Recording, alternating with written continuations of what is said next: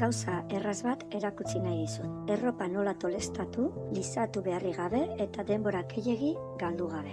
Interneten askotan ikusten dira bideoak non arropa primeran tolestuta agertzen den. Dena txukun-txukun, armaioak perfektuak balira bezala. Baina egia esan, hori ez da beti errealista. Ezin dugu denbora gehiegi eman arropa tolesten edo lizatzen. Bizitza beste gauza askotarako da. Mendira joteko, hondartzan ibiltzeko, bizikleten ateratzeko, lagunekin egoteko, hori da benetan garrantzitsua. Eta lanetik ateratzen zeanien, nahi dezun azkena da lizatzen pasatziaguna. Horregatik arropa tolestu eta lizatu bai. Egin behar da. Baina neurrian, ez da beharrezkoa dena primeran lizatuta eramatea. Kirol arropa, barruan eramaten diren kamisetak, kantzontzilloak, kuleruak, horiek ez dute horrenbesteko perfekziorik behar.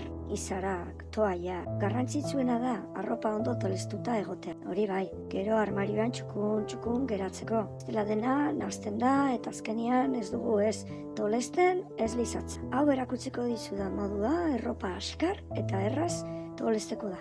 Horrela denbora aurreztuko duzu eta gero benetan lizatzea merezi duen arroparekin bakarrik arduratuko zara. Gogoratu, arropa zaintzea ondo dago, baina bizitzea ere garrantzitsuago da. Horregatik lanetik ateratzen zeanien, bizi eta ondo ibili.